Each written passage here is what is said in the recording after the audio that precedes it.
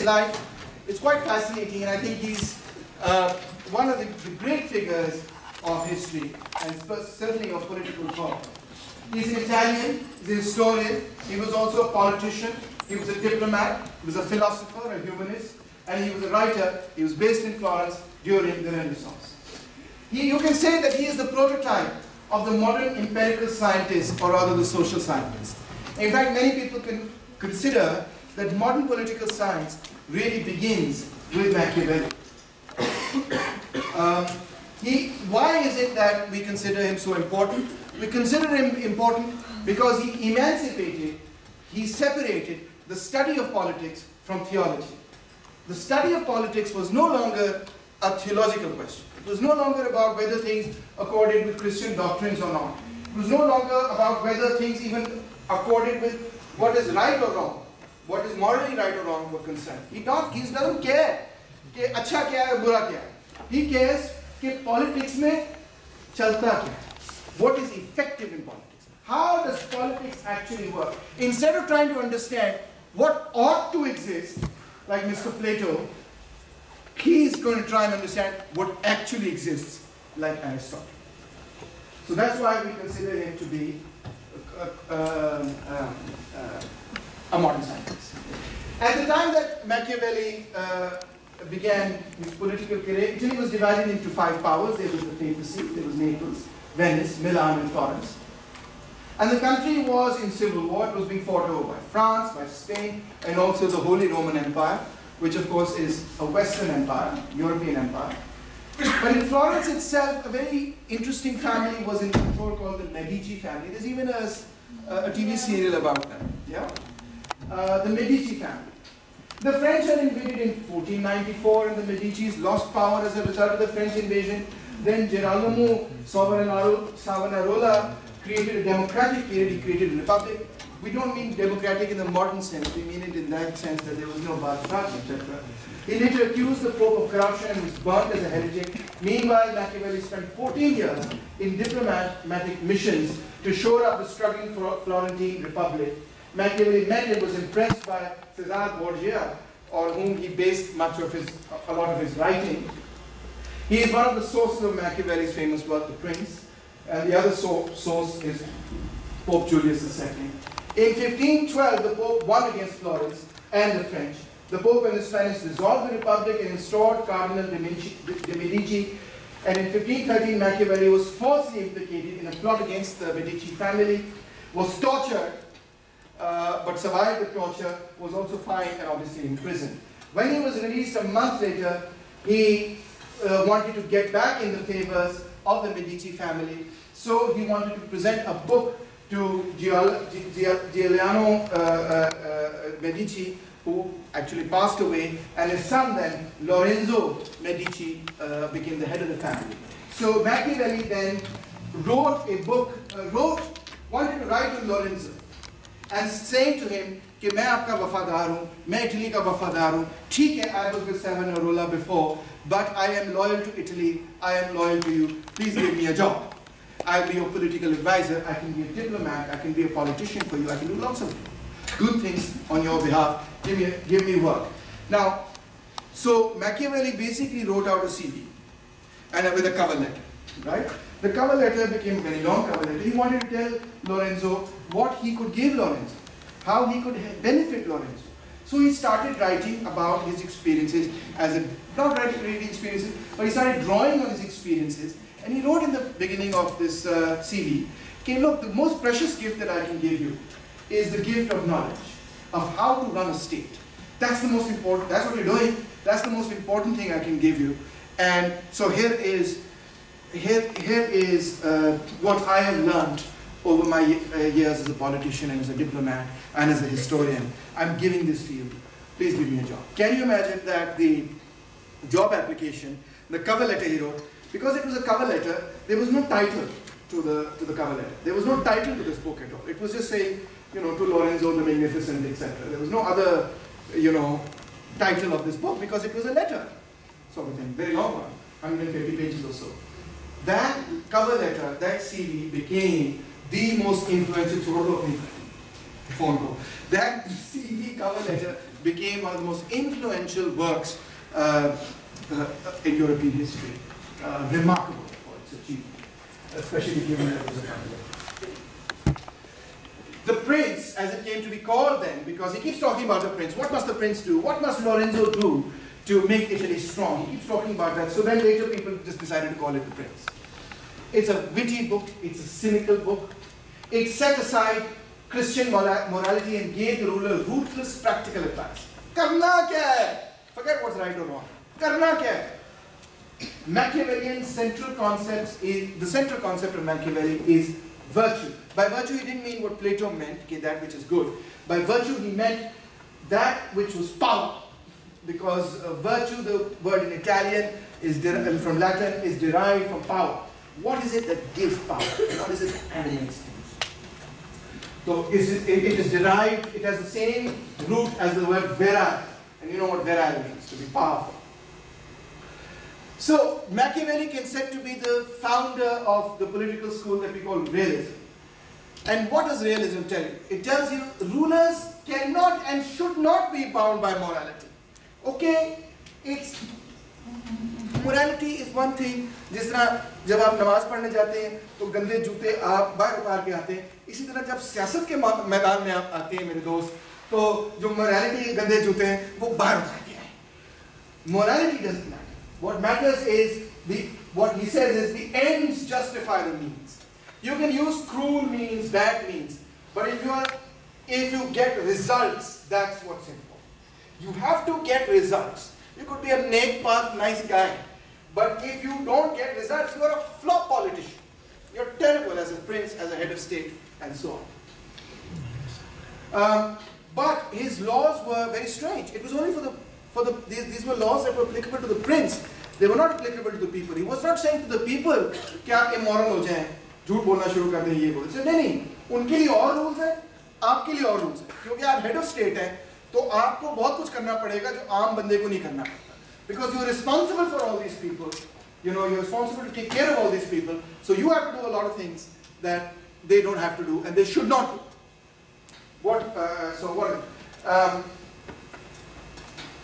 However, he always warned that if you do things that make the people hate their prince, then that is very negative for you. The people must also love you, but he wanted to set up a dual morality. The prince cannot observe all these things which are considered good in men. What may be considered good in a good father, in a good husband, in a good brother, a sister, whatever, are not the same qualities of a good statesman. So you can say that Machiavelli was also very much against the concept of fate. Because the Christian doctrine at that time had taught people that if you are a good Christian, God will help you. And your fate is in God's hand. Right? They said, no, it's not the way the world works. I'm sorry to inform you. Your fate is in your own hands. You make your own fate. So it was against the idea that the fortune, there's something as, क्या कहते हैं उर्दू में क्या लफ्ज़ है, तकदीर है आपकी बस वही होना है और उसके अलावा कुछ नहीं होना. He was against teleology. There's an end goal to history, especially religious teleology, or formal or final causation. He was like, no, the future is open. You make of it what you make of it. So that's why one of the very famous sayings he has is, fortune favors the brave, the courageous. So, yeah, there's good and bad luck, but if you're courageous, you turn things into your own favor. Fate makes imaginary ideals. He encourages people to be lazy, leave events up to God, fate and fortune. If you think कि भाई तकदीर में ये लिखा है यही होना है, तो फिर कुछ करने की ज़रूरत है, क्योंकि जो भी आप करोगे वही होना है जो तकदीर में लिखा है, तो कोई मेहनत करने की ज़रूरत ही नहीं. But if you believe you make your own destiny, then you actually act. Religion can be used as an instrument. It is instrumental. The republics need religion to keep everybody in order. But the best prince is never really religious himself. But he should make his people religious, and he should himself appear religious. कि मैं बड़ा नेकपाक हूँ, वगैरह वगैरह. But actually, the real game is quite different. The prince must have the ferocity of a lion and the cunning of a fox. The two qualities, the fox and the lion. What are they? The prince, ideal situation here that you must be loved and feared, both. Okay, imagine, forget the prince, because you have very little experience of dealing with princess or prime ministers, etc. But you can just imagine your teacher here, Taimur Rahman. Imagine if I were taking the advice of Machiavelli, or you can even amend Machiavelli's laws to understand business practices or leadership practices, leading an organization, leading a classroom discussion, etc. What must Taimur Rahman do? How must I be? I must be loved and feared at the same time. That ideal. You love me, you say, oh sir, Taimur, itne अच्छे lectures सुनाते हैं. Sir, मेरा तो दिल चाहता है कि मैं break ही ना लूँ, मैं उनके lecture ही सुनता रहूँ. And but you must also fear me. कि अगर मैंने उठ के मैं चला गया, मैंने notes ना लिए, तो sir ने मेरी बेइज्जती कर दी class में. आप पढ़े थे my notes, etc. So you have to also fear me. Love and fear is important. But I shouldn't be hated. If you hate me, तो फिर तो आप जो है ना इधर मुंह बना के बैठ जाएंगे, ना आप पढ़ेंगे, कोई काम नहीं करेंगे. But the prince must also have a reputation for compassion. He must be harsh only with the few to bring social order. इसका मतलब ये कि अगर आप चीटिंग कर रहे हैं, जिसना अभी क्लासरूम में कई लोग थे जो नोट्स नहीं ले रहे थे, ठीक है? मैंने देखा, I scanned the classroom, I saw कई लोग नोट्स ले रहे हैं, तो अभी तक किताब बंद करके रखा. मगर मैंने एक शरिया किताब खोल दिया. Thank you. आप मेरी क्लास में नहीं हैं. You are enrolled in the class. ये तो बड़ा ही ज़बरदस्त है. No, we need to give him a coolness medal, man. I mean, he's missed like 3 weeks of classes and he comes and he's like, मुच्छा बताओ लियो. सुनो कि क्या कहते हैं वो मामला. अब देखो ना, एक बंदे की मैंने बेइज्जती की, ठीक है? मगर सारे लाइन में आ जाएंगे इसके बाद. मैं क्यों नहीं ये सिखाता है? एक अभी क्या है ये? यार उससे बॉलिंग कर दो पीस ऑफ पेपर. अगर वैसे ही खत्म हो गया तो सरकार को दरवाजा है आप. इधर आपका नाम क्या है? अवैस, आप बहुत मेरी नाम इजी है. इतना इजी नहीं है. हंसी मजाक अपनी जगह, मगर ऐसे भी आप पास होने लगे. और फेल हो गए? शौक है? नहीं शौक. तो फिर काम करना पड़ेगा. Lesson in point Machiavelli. If I make an example out of this guy, अब देखना पूरे सेमेस्टर मैंने इसको वो करना है, इसका चुम्बर निकल जाएगा. इसका मैं सत्यानाश अगर कर दूंगा ना तो बाकी सारे इन लाइन हो जाएंगे. अगर मैं सबका सत्यानाश करूंगा ना तो सारे मेरे खिलाफ हो जाएंगे. ठीक है ना? आपने भी नोट नहीं पकड़े हुए, पकड़ो. क्यों नहीं नोट ले रहे? देखो ये बड़ी इंपॉर्टेंट चीज़ है, इससे मस्कुलर मेमोरी पैदा होती है. When you take notes, you remember things in a way that you will not remember if you just listen to my lecture. इस तरह तो गुफ्तन नशिस्तन बर्खास्तन वाला मामला होता है, जैसा टीवी देख रहे होते हैं. But when you take notes, that's when it gets in your brain. Okay? What are you, senior or junior? देखा ना मैंने कहा. Classic case. This is how we जो जिसको कहते हैं ना पावलोवियन कंडीशनिंग, पता क्या होती है? पावलोवियन कंडीशनिंग ये होती है कि मैं कुत्ते को मीट फेंकूं, फिर उसके बाद बैठ जाता हूँ, टोंग, तो वो मीट खाता है. जब वो मीट को देखता है तो his mouth salivates. फिर मैं अगले दिन भी ये कहूँगा टोंग, अगले दिन ये कहूँगा टोंग. एक दिन मैं मीट फेंकने के बजाय वैसे ही टोंग कर दूंगा, वो कुत्ता सैलिवेट करना शुरू कर देगा. Because he's expecting meat. इसका भी यही हाल है.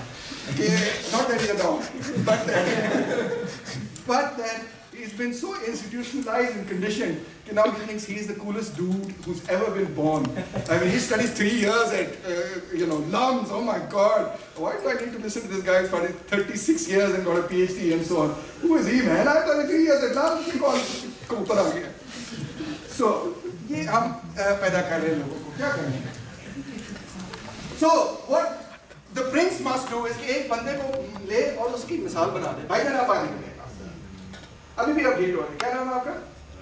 अवैस. आ जाओ. तुम मजाक कर रहे हो यार, मैं कह रहा हूँ पेपर पेन पकड़ो. हाँ ये ठीक है. थोड़ी सी बेइज्जती करनी पड़ेगी मुझे, says Machiavelli. क्यों? क्योंकि if I am harsh with one person, then the others will also learn their lesson. But if I let him go and I let you go, or if I punish you all, तो फिर क्या होगा? उलट reaction हो जाएगा मेरे खिलाफ. लोग कहेंगे कि सर ने बहुत ज़्यादा सख्ती कर दी है. So that's what he teaches. अच्छा, by the way, when I teach this course, every philosopher that I teach, I'll be implementing their philosophy in class. So right now I'm Machiavelli, or rather I'm the prince that Machiavelli wants me to be. When I teach Aristotle, you've seen I was very pro-Aristotle, even trying to defend his horrible sexism. When I was teaching Plato, I was being very pro-Plato and trying to be like Plato, etc.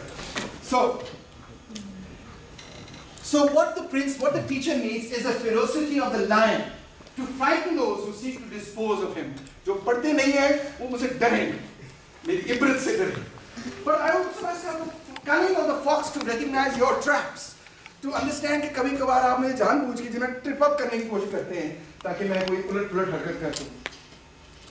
So I need to have both qualities, cunning as well as courage. So what that means is that the lion is unafraid of battle. He charges into any opposition, yeah, with his roaring like a lion. But the fox never charges into a battle. Never. The fox is a brilliant animal at evading traps. None of us have ever seen probably seen a fox or been on a fox hunt. But a fox hunt is exciting for the people who are hunting the poor fox. Because the fox is so smart, it can zip around like so quickly that it can evade. वो घोड़ों पे चढ़ के 50 बंदा जो एक fox को पकड़ने की कोशिश कर रहा होता है और वो फॉक्स कभी जिंग जिंग जिंग जिंग जिंग जिंग जाता है और वो ट्रैप में गिरता ही नहीं, बड़ा मुश्किल होता है उसको पकड़ना. So that's what he's saying. You don't always charge at your opponent. Where you are weak and you know you will be defeated, you break your promise, you retreat, you withdraw, you find another way to come back. But where you are strong, you charge like a lion, destroy it.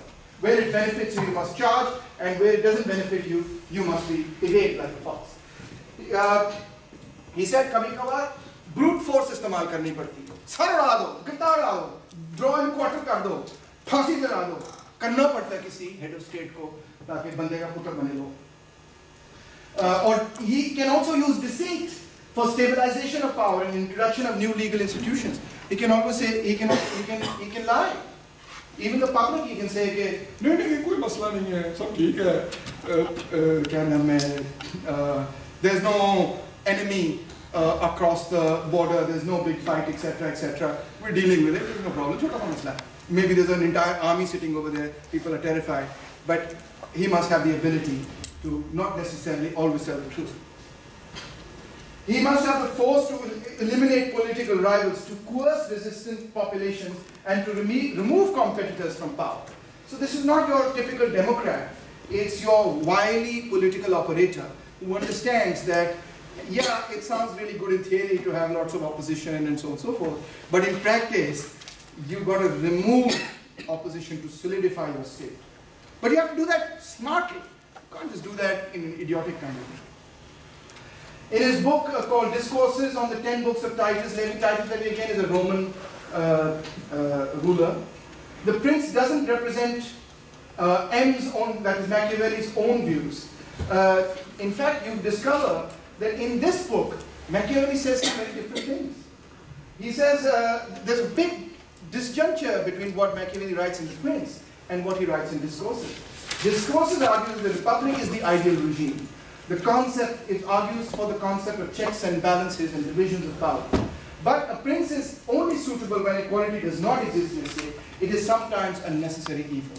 So it's not saying that this is what the prince is doing is the ideal situation.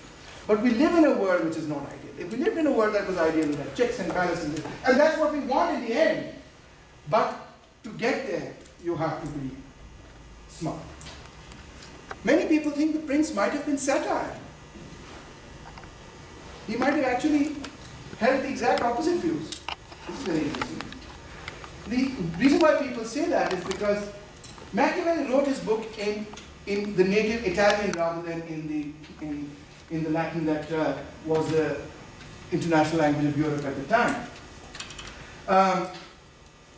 And the Italian was a language that people in Italy read. The elite did not. The elite read Latin. So it meant that his audience perhaps could have been the people. Now imagine if I wrote a book dedicated to Nawaz Sharif on how to deceive the people, how we must lie, cheat, and do this and that and the other. And I wrote it in Punjabi, Urdu, etc. And the people read it and they said, if these are our rulers, if these are the methods that they use, to hell with these rulers, let's create a republic. So there's also this interesting conspiracy theory about Machiavelli.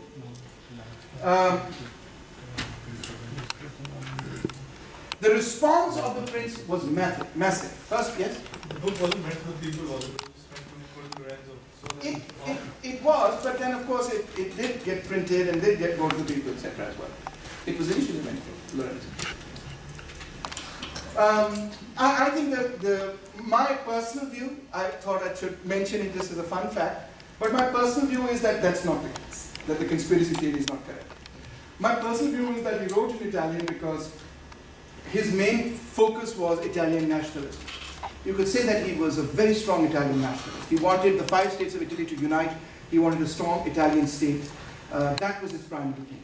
Everything good and bad was judged by whether or not Italy would manage to unite, beat away France, Spain, etc., and become an independent state. Everything was judged on that equation.